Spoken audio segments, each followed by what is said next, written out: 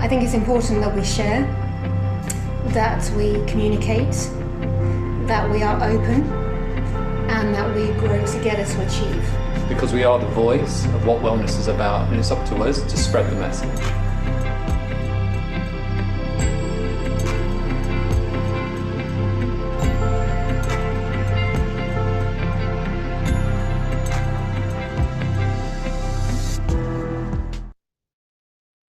Good morning, ladies and gentlemen, or good afternoon, depending where you are in the world. Mark Maloney here, MD of Professional Beauty.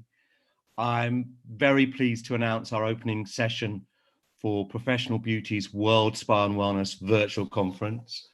We're streaming from 6 countries around the world, and today's is the first of 3 days where we brought together 70 speakers amongst the top operators and spas, top consultants and suppliers.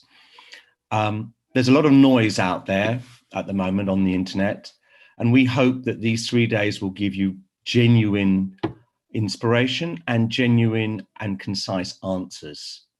The world is in various stages of reopening and lockdown, and so we've brought ideas from around the world to give perspective of people who are out there running and doing, as opposed to just advising. I'd like to say a particular thank you to Biologic Research and Lemmy for their support, and today's sponsor, BC Software. And I'd like to introduce today's host of the panel, Emma Barron, Deputy General Manager of our business in Dubai. Emma, over to you. Take it away. Hi, Mark. Thank you so much for the introduction. Good morning, everyone. Yes, we are live here in the Middle East, and I'm very excited to be hosting the first session of the 3-day global conference. Just some house rules before we get started. There, hopefully, time permitting, will be the opportunity to ask questions at the end of the session. So please pop your questions into the Q&A box at the bottom of the screen, and I'd be happy to ask them on your behalf.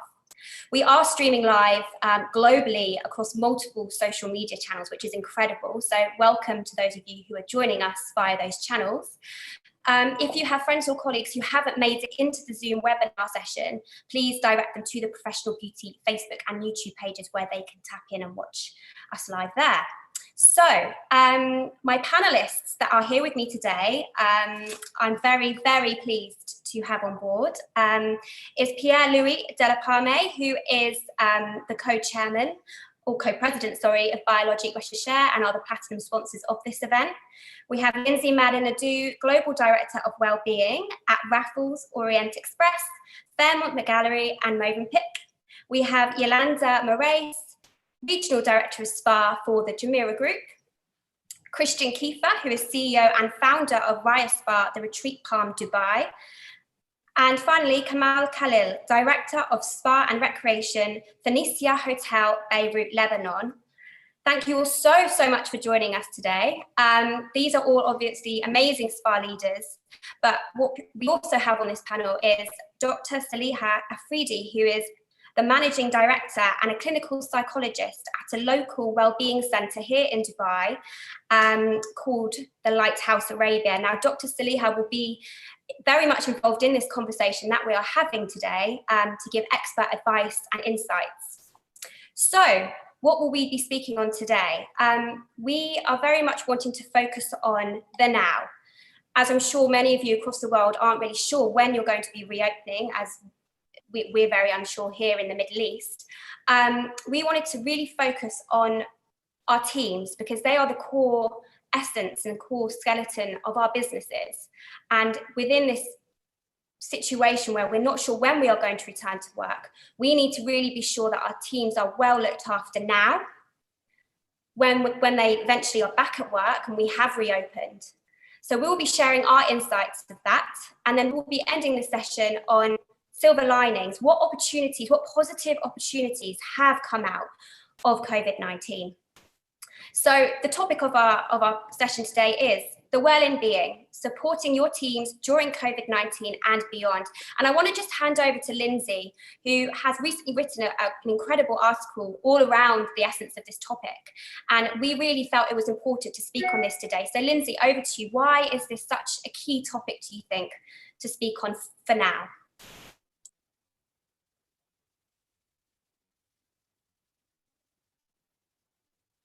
Oh, Lindsay, I think you're on mute. I'm on mute. Sorry. I'm human. Hello to everyone. Thanks so much, Emma, for the handover. It's great to be here today. And thank you for inviting me to be on the panel with my fellow colleagues.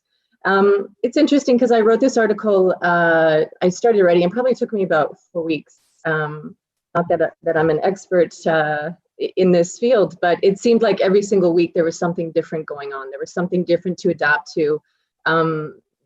Different regions of the world that I was seeing from my seat were in a different situation. But I think what was really well received about the article is that most people that were reaching out to me was saying that we were all going through the same thing. I just happened to be one of the many that decided to write about it. And I think a lot of those people that I was in touch with was my colleagues. And I think it's really important as the frontliners of the medical teams and all of the other people who were working around us. Our frontline runners are our people. And I think it's an opportunity for us now to talk about what are we going to do for our people and how are we going to keep them safe? Because there's a lot of what are we doing to get business? What are we doing from a marketing perspective? You know, what are we doing for our guests? But at the end of the day, it's our people who are returning to our guests. And so I think it's a really great opportunity for us to come together as a collective and to start discussing what some of these opportunities are going to be. Absolutely, thank you. And anyone who is interested in reading Lindsay's article, we will be posting it online after the session. It's definitely worth a read. So over to the first part of our session, and over to Yolanda first. What are you doing right now within Jumeirah Group to really support the mental well-being of your teams? Thank you, Emma. Good morning, everyone, and thank you for joining our session. So we have recently launched a platform that is app-based. It's called Colleague Connect, and that is for all of the Jumeirah colleagues. And it is a wonderful platform that's creating a sense of family and connection. And it's also to ensure that our colleagues really feel connected during this time and stay connected. This platform is based on 4 pillars. We started off with 3 actually, but as the global situation evolves, we've added a 4th one last week. So the 4 pillars are called, one is called J Active, and that is for all of the spa tips, wellness, some fitness tips, mental well-being. And then the second pillar is called J Learning, and that is to provide continuous learning opportunities as well as inspirational videos from our leaders. And the third pillar, we just want our colleagues to also have fun. That is called J Social. So it's kind of like a company Facebook page where we also host some internal competition, some quizzes. Yeah, for everyone to also express their personal side into a professional platform. And then recently we saw the need to have a 4th pillar, and that is called J Safety. With safety currently really being at the forefront, we're filling this platform with daily insights as to how our hotels are adapting and evolving during the pandemic, and also to reassure our colleagues that we are putting their well-being first. So yeah, great platform called Colleague Connect. Amazing, incredible. Now, Kamal, you've got a similar platform that you also run within your property. Can you elaborate a bit more on that? Oh, Kamal, you're on mute.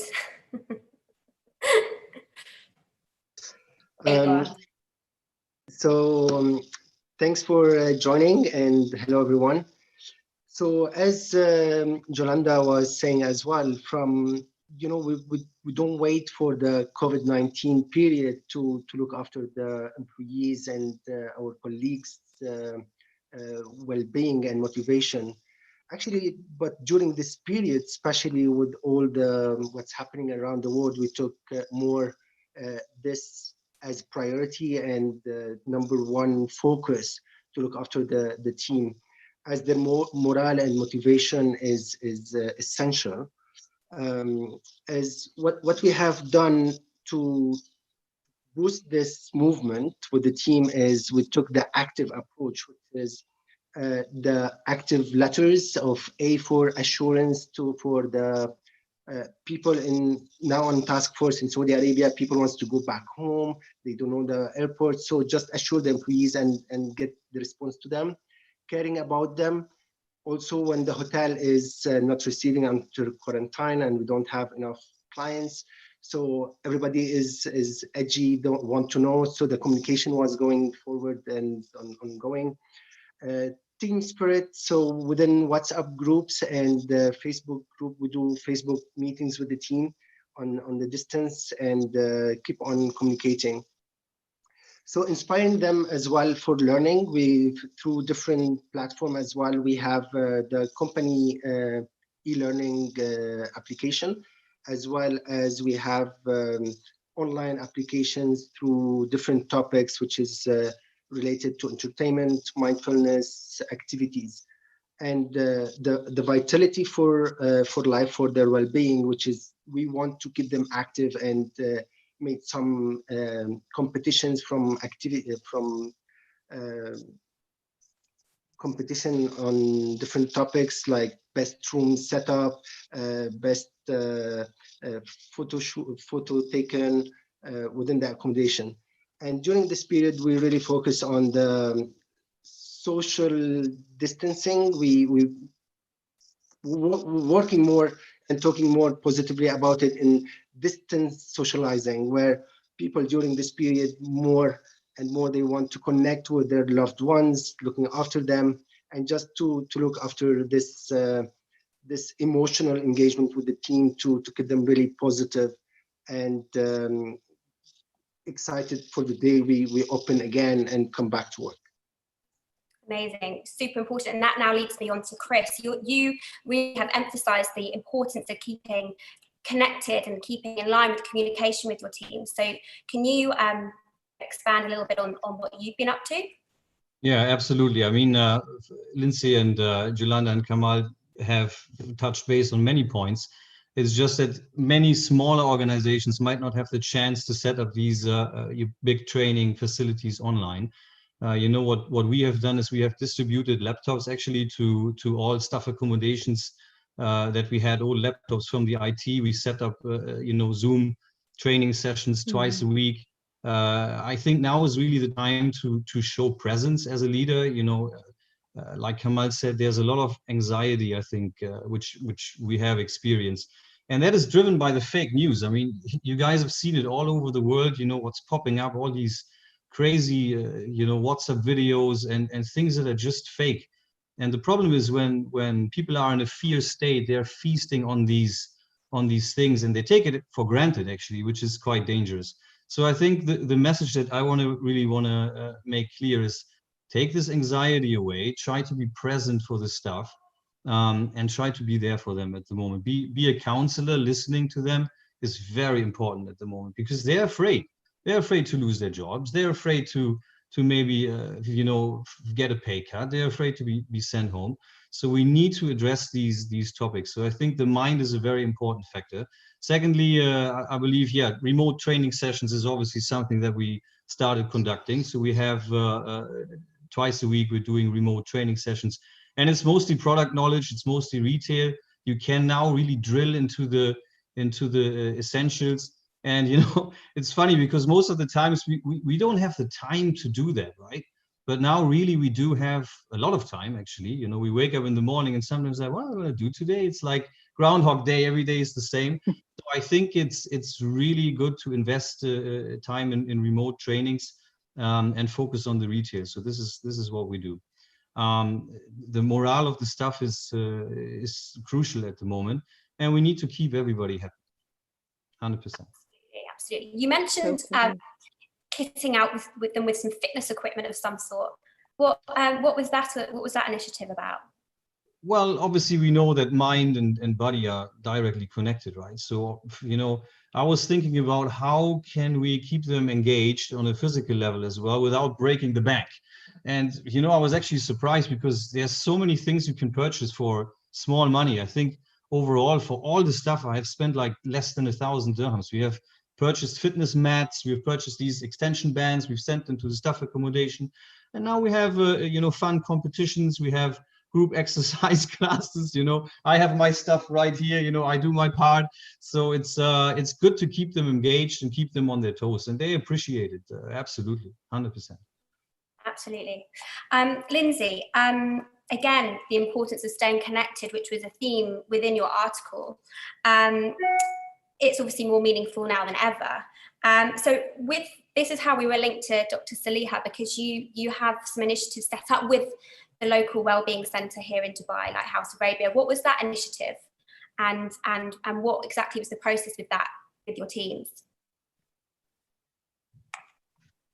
Oh, Lindsay, you're on mute again.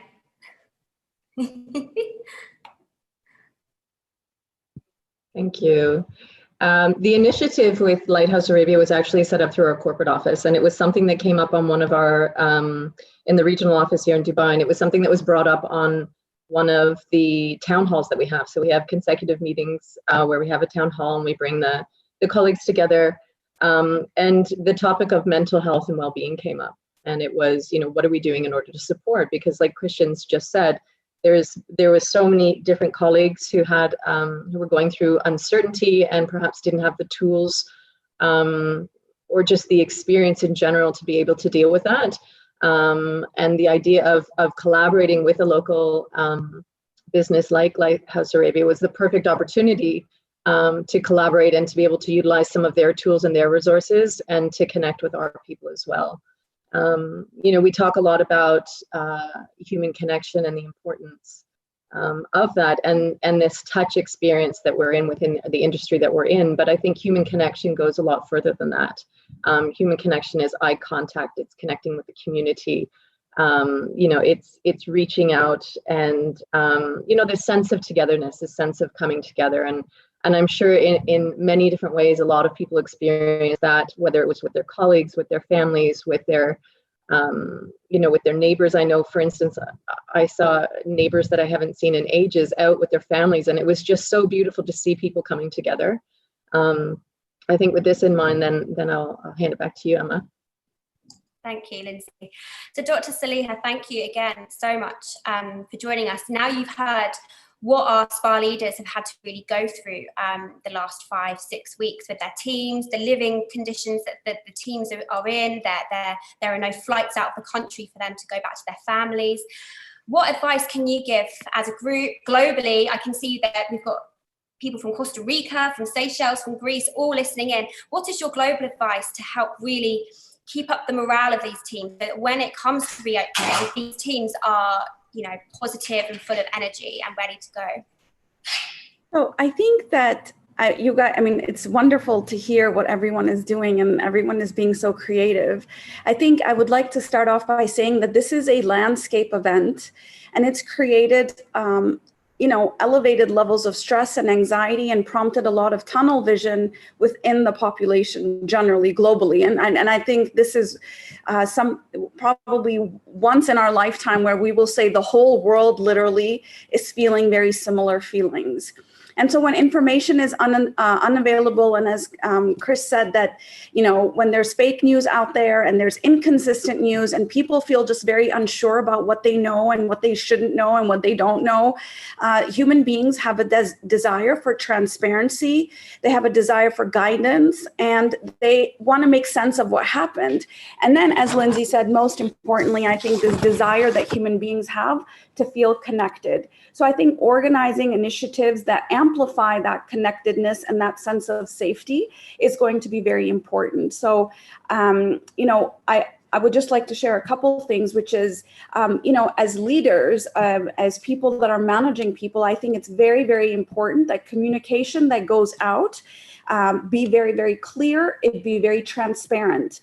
I think sometimes we don't want to say things because we don't want to upset people, or we don't want to, say the wrong thing, but it's very important to be very candid rather than being charismatic in times of crisis. Secondly, I think different stages of the crisis are going to require different levels of communication. So in the beginning, the frequency of that might be very, very important, but then you can sort of move on to these broadcast type of messages, but then this narrowcast type of message also, which might be connecting with people that are, that are living alone maybe, or that might be struggling with something. Those are sort of one-on-one type of conversations, or maybe having this sort of open door policy where people can drop in to your Zoom room and connect with you, where they feel that you are approachable and accessible. And then lastly, I think what Yolanda shared and what Chris shared, I think these are very important, as well as Kamal, that having a sense of community that you're creating, which is not just about work-related trainings, but also something that is social, it is fun, that engages different parts of themselves. I think those are going to be very important. But as leaders, on the second part of what you asked, I think it's important that you be very, very aware about being able to identify, understand, and respond to mental health crises. This is where mental health training comes in. So you actually know that, wait, this person is sad versus depressed. This person is worried, which all of us are to some degree, or is this person clinically anxious? Or, and how do I respond to that? Because that is not something you learn. It is that you're sort of born with. It is a way of learning what is crisis response, mental health crisis response actually look like. Yeah, amazing. And how would you, how do you differentiate the sad to the depressed? Like, what can our SPA leaders look for when they're, Zooming? Because, when you're on Zoom with your teams, it's very hard to get that emotion across, or that feeling and thoughts. What tips could you give to our SPA leaders to really help differentiate that? So we have a 6-hour training, so I don't think we have that kind of time right now. But there is a whole set of symptoms that we look for, and you'd be surprised as to what you can tell about a person through a Zoom call. If they're looking disheveled, if they're not looking in their same way, they're not engaging in the same way. Maybe you guys have social events and they just don't keep showing up and they're withdrawn a little bit, or you hear from other people. So I think having these communities is really important, that you actually pick up from other people that I'm worried about her. She's drinking a little bit too much. Substance abuse is a huge issue that's come up now. So this is not just about anxiety and depression, but a lot of substance abuse is going on at this time because people are alone, and this is the way they're sort of numbing and coping with themselves. And so you would be able to, there's a list of symptoms for anxiety, there's a list of symptoms for depression. So I would say for leaders, people leaders, I think it's important to get trained in mental health first aid. And mental health first aid, just like I couldn't talk you through physical first aid, what mental health first aid is, it actually teaches you how to respond to mental health crises. And that means it takes you through a set of symptoms. It teaches you how to have that conversation. It teaches you how to be able to respond to those conversations and get the person to the right help. At the Lighthouse, we have 16 support groups running right now, and we've had support groups as long as Lighthouse has been around, but these are free of charge. Anyone can access these. So this is not where you need money for all kinds of support. And all these support groups are led by psychologists, unlike other support groups, which are led by community members. So it ends up being like a therapy group, which is free of charge. So I think it'll be important for leaders to know what community resources they can guide their people to once they identify the issue. Amazing. Thank you so much. Yeah. Okay, Emma, if I may, I just wanted to jump on to what Dr. Salia was saying. We were also lucky enough in the Jumeirah group to have a session with Dr. Salia. Thank you very much. It had a phenomenal impact. And I totally agree with the communication. This is the time we cannot over-communicate. However, messages, we always tend to want to communicate the positive messages.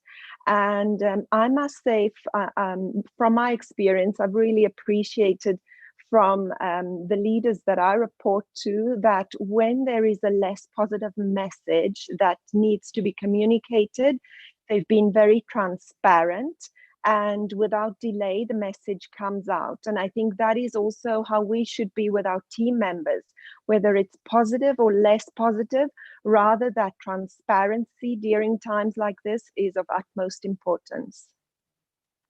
Yeah, absolutely. Absolutely essential. Thank you, Yolanda. Anyone else wants any input in this part before we move on? All good. Okay, so on to our next part, which is when we do reopen, how do we bring that essence of well-being back into the workplace at a time where it's still quite uneasy? It's, you know, our industry is all about touch and connection, and there will be uncertainties for sure. What plans have you got in place, or how do you feel, Lindsay, in terms of how you are going to be moving forward with your reopening strategy and bringing that sense of well-being back into the workplace? Many of the teams that are returning back to the workforce are returning back with smaller teams. There's a lot of uncertainty, not only just now, but also on the horizon, not really understanding what's next. And, I'm a big advocate of compassionate leadership and really opening up that open dialogue to your colleagues, making sure that you continue to inspire them, and really just, making sure on a day-to-day basis that they still feel like they're contributing, that they're growing. I'm going to bring back into that loop that sense of relationship and bringing people back in, making them feel like they're community. Many of the people within the GCC that are at our properties right now, are away from their families. They don't know the next time that they'll be able to see their families. And I think that's heartbreaking for a lot of people. Family is what brings us together. So it's about reuniting them and inspiring them. I think as leaders, we have our own set of tools. They don't work for everybody, but, continue to inspire them through new podcasts they could listen to or new online courses that they can do. I think that's one stance I would take, but also I think there's a sense of empowerment. A lot of the times our leaders know what the answers are, and I have a lot of my teams come to me and say, Lindsay, what should I do here? What should I do here? And I always push the question back to them and say, well, what do you think you should do?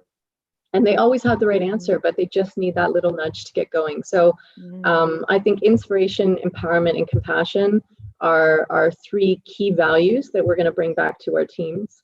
And making sure that they feel inspired and that they feel confident.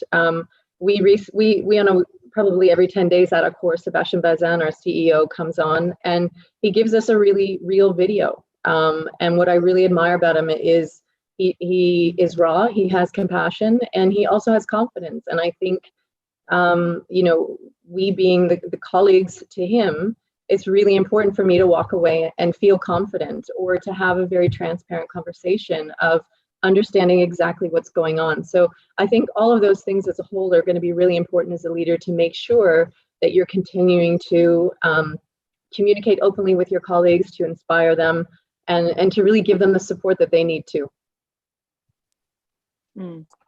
Yes, for sure, absolutely. Chris, what plans have you got back in the workplace to keep your staff morale boosted and motivated for when this reopening happens? Well, I think I really loved what Lindsay was saying, because I think empowerment will be very important. It will give them a big sense of inclusion, and that's absolutely crucial at the moment. Successful businesses thrive on motivated workforces, right? So I think motivation will be absolute key.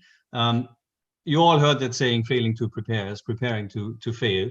And whoever does not have their opening documents right and their SOPs right cannot drive the right message. So if you haven't done it now, please take the time to sit and draft these documents, because you want to be sure to drive the right message. And it is sensitive information at the moment. The new normal, how I call it, right, will definitely be a big change for everybody. Might be coming to work, they might be expecting their colleague to step into the door, but this colleague never arrives because already gone, so we don't know what is going on in their minds. So I think it's very important to take it step by step, communicate the right information, be sensitive, And maybe, you know, what always works for us is maybe even to do an outing when the time is right. I mean, not now, but, you know, get the teams together and get them out of the spa and, you know, just have a good time and just be there for them, you know, and that's definitely going to give a big sense of inclusion, is again going to take the anxiety away. And to touch base on what Yolanda was saying, transparency is key. Do not cream the situation. Do not try to pep talk when there's no need to, because just be truthful in your message and how you get it across. And then I think the motivation will kickstart on its own, and it's going to come back for sure. Absolutely. Yolanda, anything you'd like to touch on? We have had in the Q&A, some people ask whether the programs and the motivational, your colleague Connect platform will still remain post-COVID. Is that something you're definitely going to keep in place moving forward? Yes, Emma, most definitely. In fact, Colleague Connect was due to launch before COVID-19 hit us. So the intention was there before the pandemic arrived. So we will definitely keep focusing on topics that colleagues want to talk about. Of course, the content has to stay relevant, and we got to keep feeding insightful and entertaining content. Like, you know, now we have one of the pillars, J safety, focusing on the daily insights, how we are adapting to the pandemic. Probably, I hope in a while we can gradually phase out J safety when we are getting back to the new norm, so that we most certainly will adapt and adopt all the content accordingly. I'd also just like to jump in on what Lindsay and Chris was saying. Yeah, that empowering, because going back into our operations is certainly going to be something unknown, right, for all of us. It's a new norm. We've got to act according to new SOPs.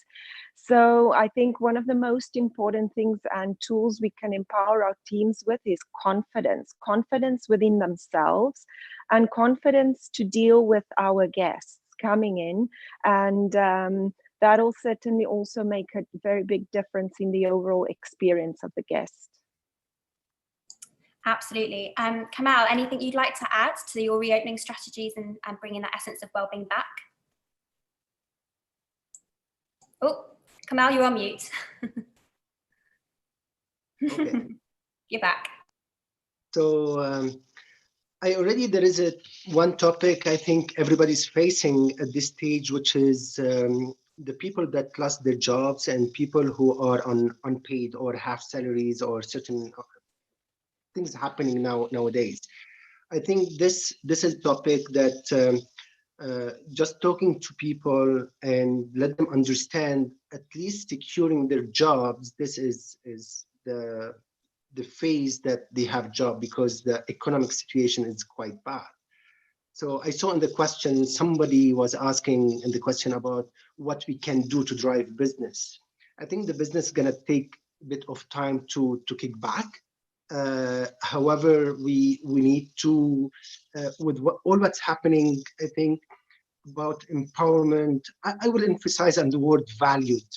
And I think now as a human, when we see people we're losing loved ones, friends, all around the world, we're losing them.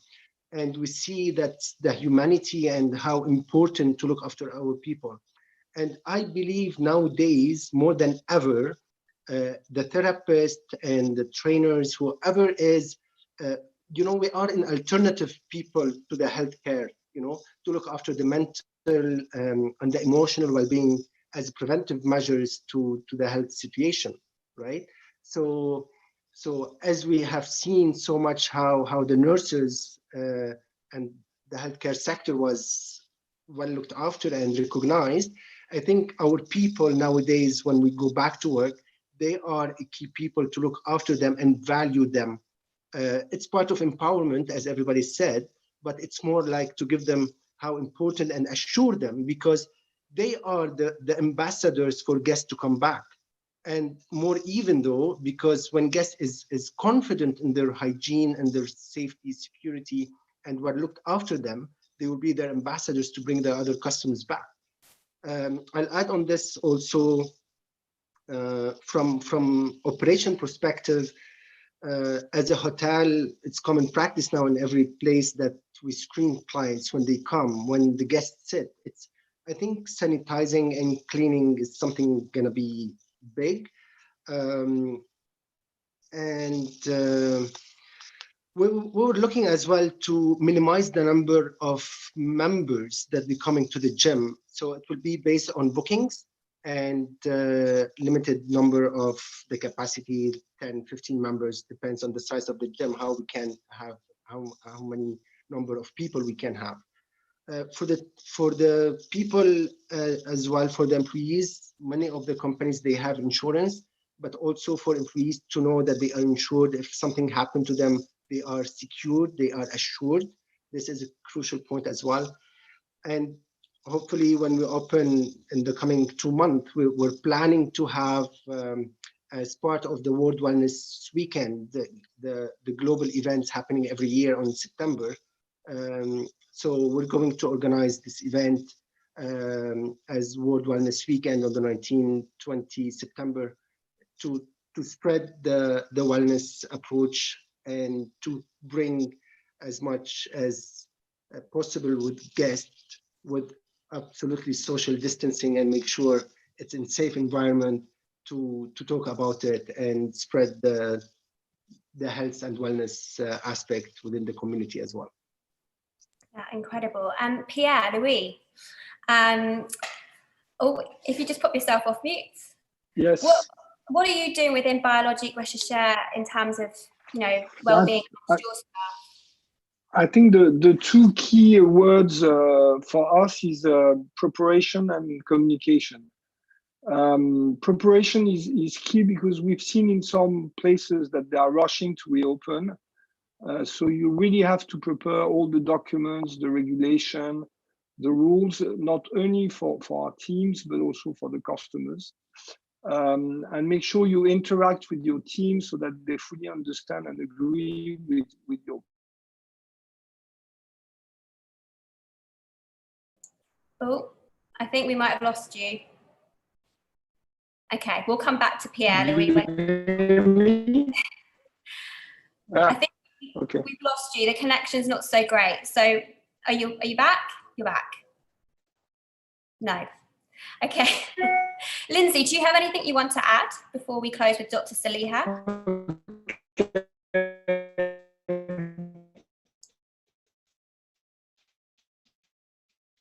Lindsay, do you have anything you'd like to add before we close with Dr. Saliha? No, I think everyone's collectively covered the most aspects of that conversation. Emma, thanks. Emma, may I ask a question of the panel, particularly on the first question? Panel, you say these nice things about how important it is to look after yourself, but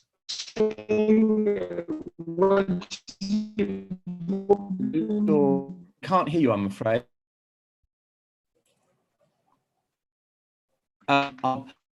You say these nice things about how important it is to look after your staff, but when you get back, there's mass unemployment. You'll be able to have the pick of the bunch. Why are you bothering? Why aren't you just demanding more of your staff, and anybody who doesn't like it, well, there's another one. What do you say to that kind of attitude? There must be some operators who will be thinking that way. Who wants to answer that?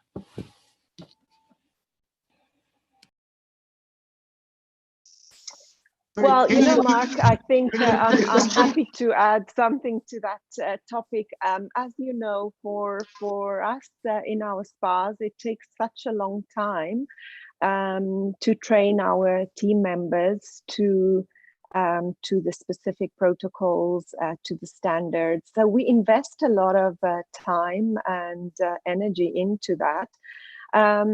So I've never quite had that opinion of get them in, get them out, another colleague starting. I think it's really important that if you're serious about the treatments and the guest experience that you want to give to your guests, that you invest into that training. And I do think that the best team comes, it's a combination of different factors, but it's certainly also sensed within a team spirit if that kind of thinking is coming from the leaders. So in my opinion, it would be sad to have that kind of approach. And in order to bring out the best in our teams, we have to be confident that we are selling the right individuals to our guests. I'm stating the word selling. That's not really the word. That we are giving the best possible quality of therapists and team members to our guests. So I think that's a very good answer in the sense that looking after your staff enhances the guest experience. But I suppose I'll turn the question, I was being a bit cheeky and facetious, but I suppose I'd turn the question around and say to people, what would you advise staff coming back in their approach to management? Because it's tough all round.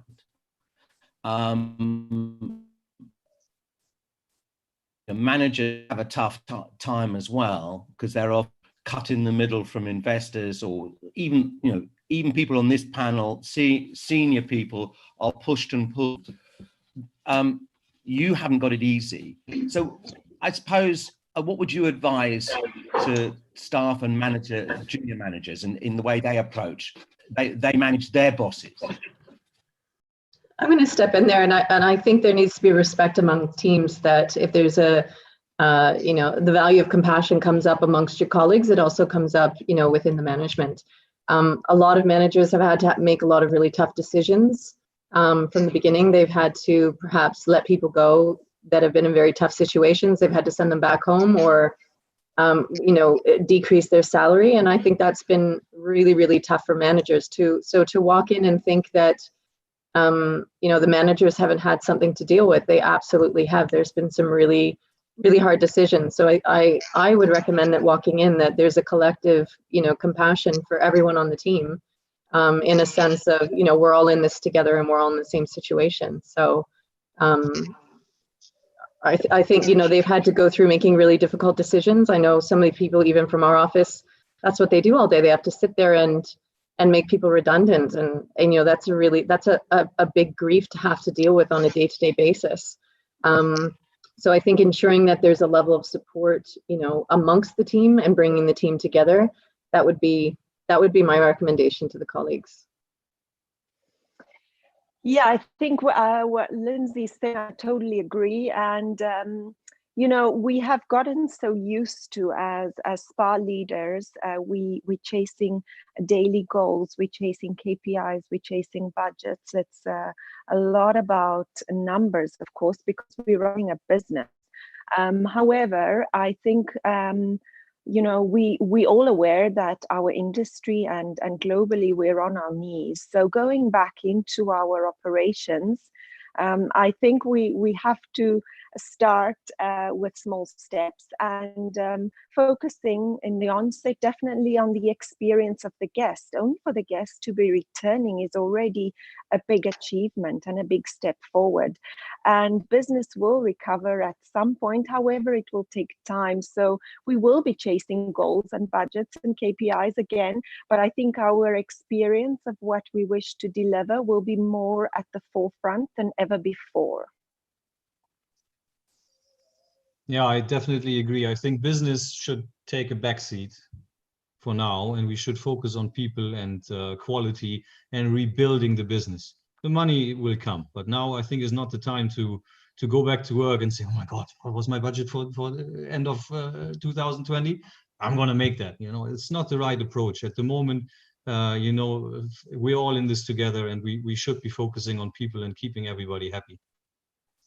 I think too, just to add to what everyone said, is that it's super important that the people who do come back to the operations, that do have jobs, that there's a sense of gratitude, or however you want to, thankfulness of the guests that are going to return, because not everybody is going to come back into the space and feel comfortable. And I think it's about adding value to the guest and making them feel valued, so that they return, making them feel valued, making them feel safe. So I definitely think that that's an element that, how as a team can we come together to make our guests feel more valued, to make them feel safer in a way that they feel comfortable and not overwhelmed, because I think it's been an overwhelming experience for everyone.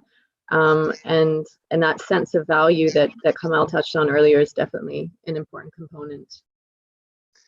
Absolutely. If I may add, Mark, something, there is an education part as well from the managers to employees, is about the employees to start understanding the business factors, and for employees to understand what the owners or management expectation. So now they have to be kind of partners, and being supportive by, like, if an employee with this circumstances is on half salary, he will completely understand this is much better than being on without job. So this I think a very important part from management to the team, to have this education process as well. Yeah, I think that's really key, Kamal. And I guess before we end this part, Saliha, Dr. Saliha, we've obviously been focusing on the employment on our employees' side, but what advice could you give the leaders during this time when they're all reopening, and what tips can you offer them to really motivate their teams to try and do the best job they can despite the current situation?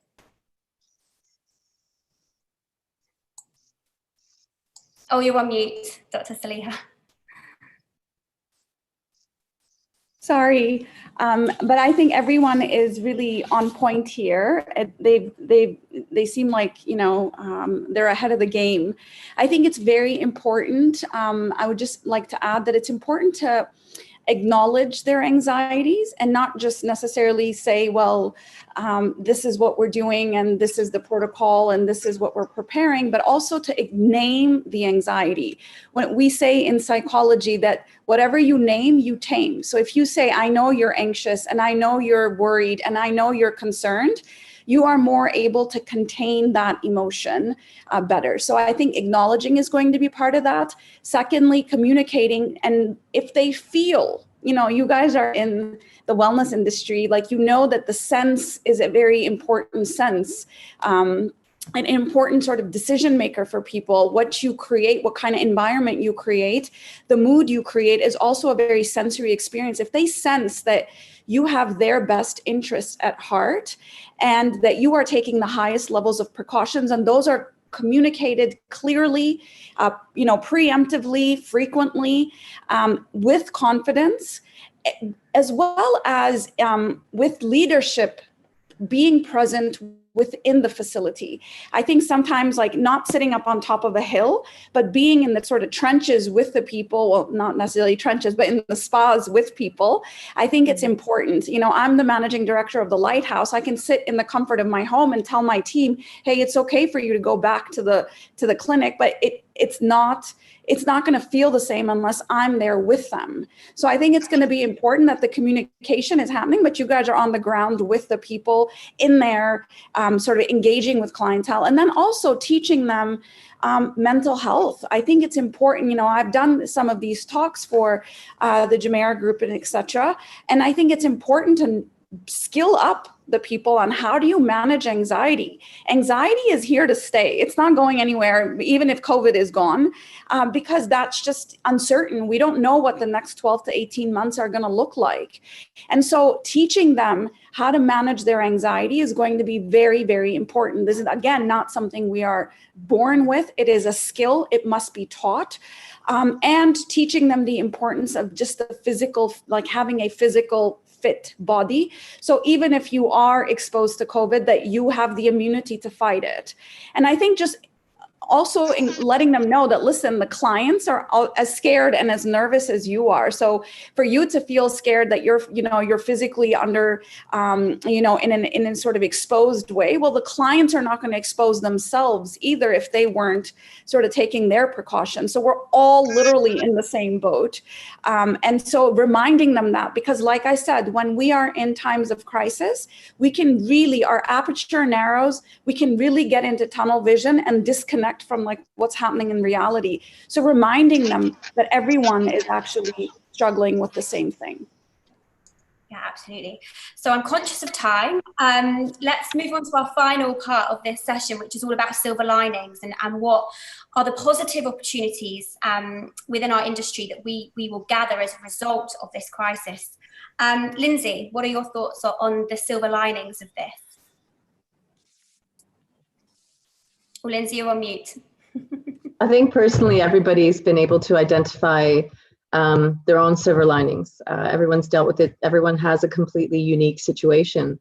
But I think within the industry, if we're talking about spa, and the idea of this this touch experience right now, and where we are with this, I think that this is a really perfect opportunity for and just of how we talk about wellness in spas, because we made this transition that spa and fitness equals wellness, and actually it's holistically so much more than that. I think that while the touch experience is somewhat limited in access to us, it's a perfect opportunity for spa managers to make that transition from spa manager to a wellness manager.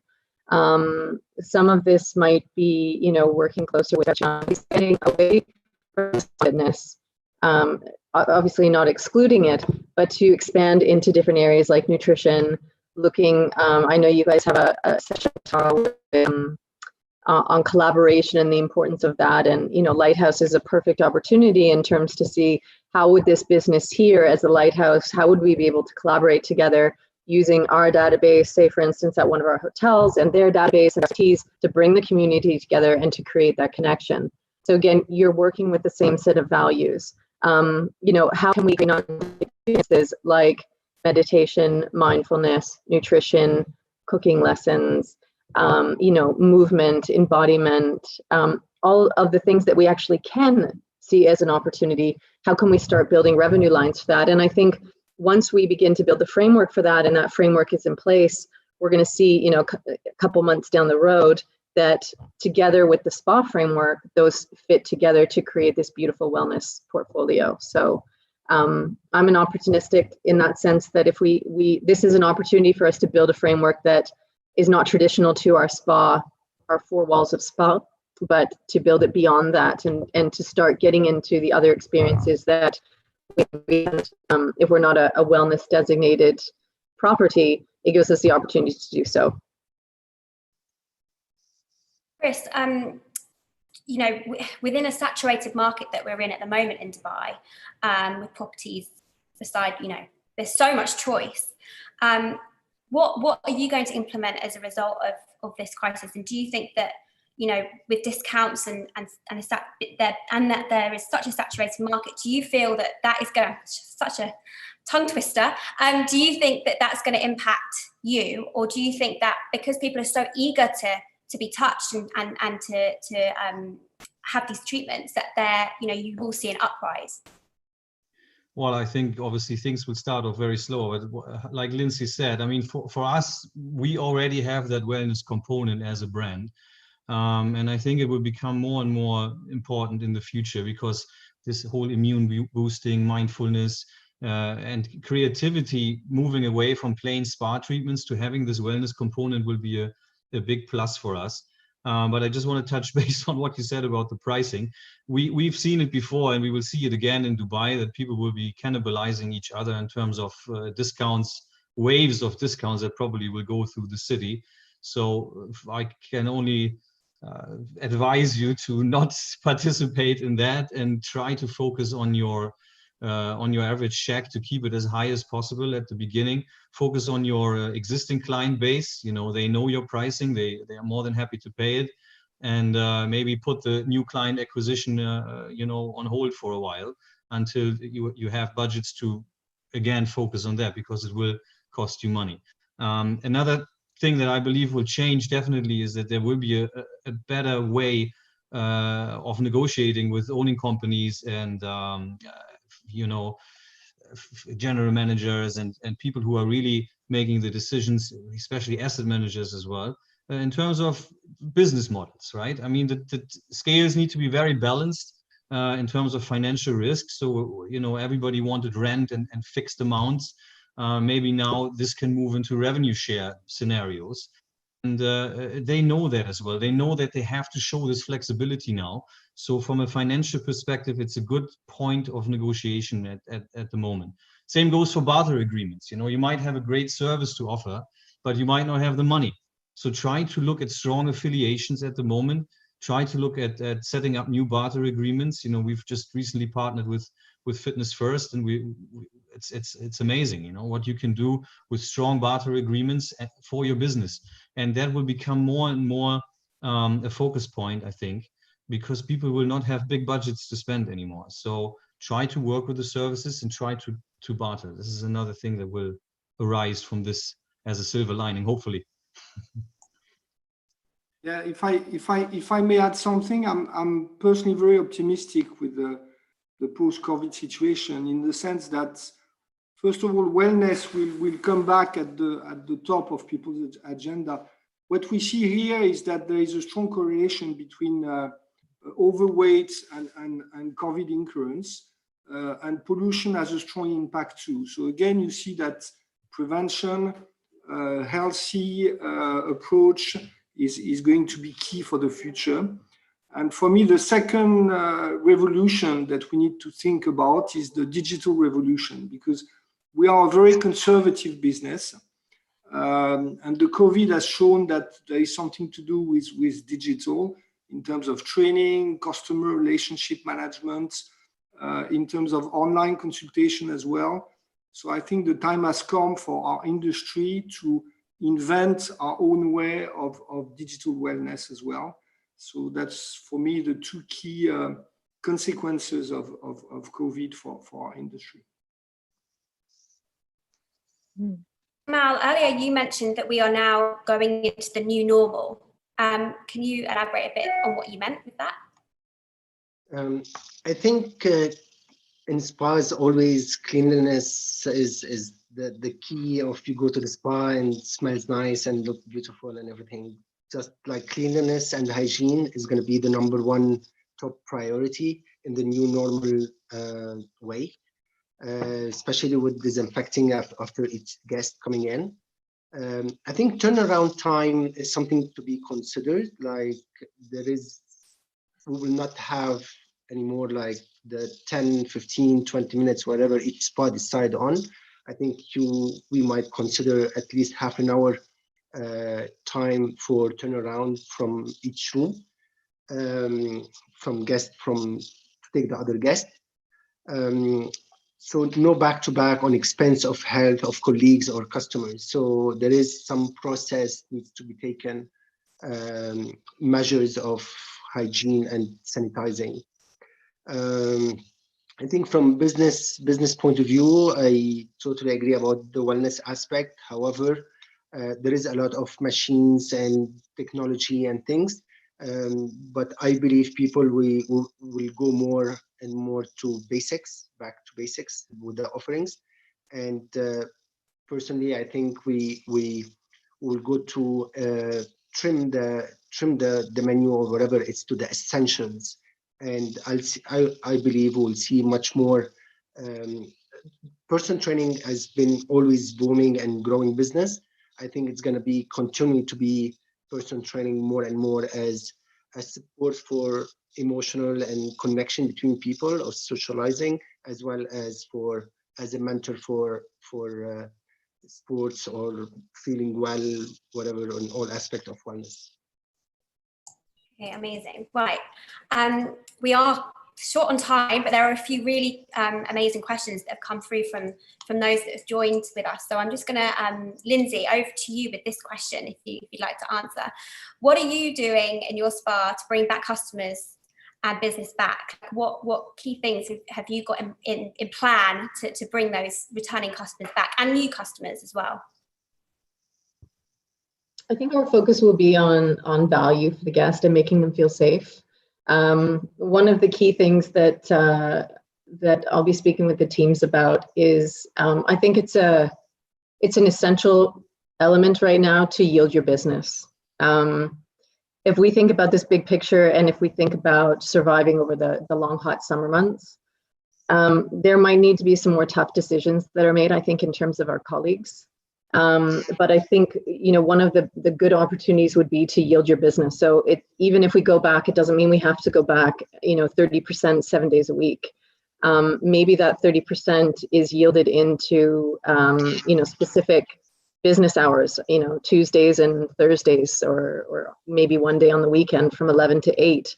But for me, I think it's an important component to be really realistic about what the next couple months is going to bring. The costs that are associated with that. So business yielding is one.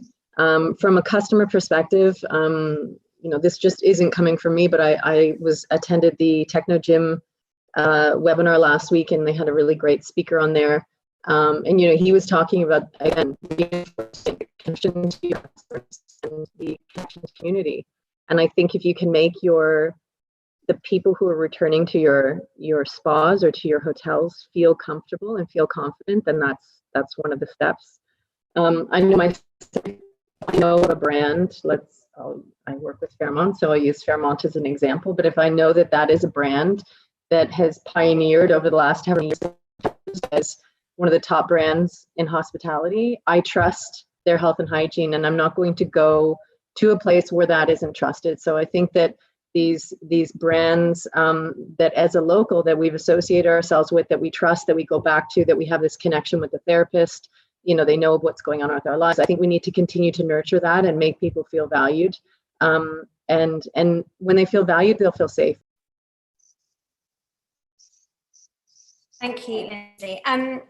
Yolanda, what SOPs have you introduced or are going to be introducing? Oh, you're on mute. Emma, I think the SOPs are very much aligned all over our spa industry, and it comes back to the same goal. But what we are putting in place, and we decided as for our properties here in the UAE, what is our best assets? Our strongest point is probably our beautiful beaches. So we decided to focus on that and combine it into different packages. We definitely sense a need that guests will want to come for a beach experience. However, they also want to have a spa treatment. They also want to have lunch. So combining that into day options, overnight options, weekend options, to have a 360-degree experience, and also that you are able to give a self-care item from your retail selection included, that your guests can continue the experience at home. I think what's important and what we try to achieve with this is to have options for our guests, to definitely have a value package, and also now is not the time to be too restrictive. If the guests cannot have the spa experience on the day, why not extend it for a month? We should be euros in the next months to come, and that is how we should be embracing our guests. I'd also like to just point out that, a silver lining from the COVID-19 pandemic in this region, the GCC region, has definitely also been, we've had a wonderful initiative being taken by one of the product distributors to establish a therapist learning community online, and that's been just phenomenal by upskilling up skilling over 200 therapists with a BABTech Introduction to Anatomy and Physiology course, which we usually find in this region is a little bit lacking for the therapists. So I have to honestly say that's been a great initiative, and it's been also supported by various product companies and equipment companies sponsoring that. So the learning initiatives, which over and above the learning that you do within your team, I think there's rarely time for team members to do online studies whilst they're working. So that's definitely also been a great silver lining. Thank you. Thank you. I think that's all we've got time for today. Loads of insight. Dr. Saliha, do you have any final words of wisdom for us all that you could spread across the globe before we end this session?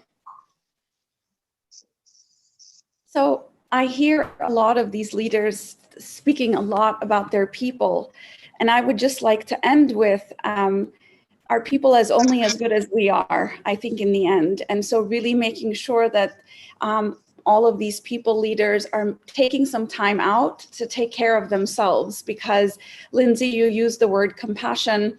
There is such a thing called compassion fatigue. There is something called caregiver burnout.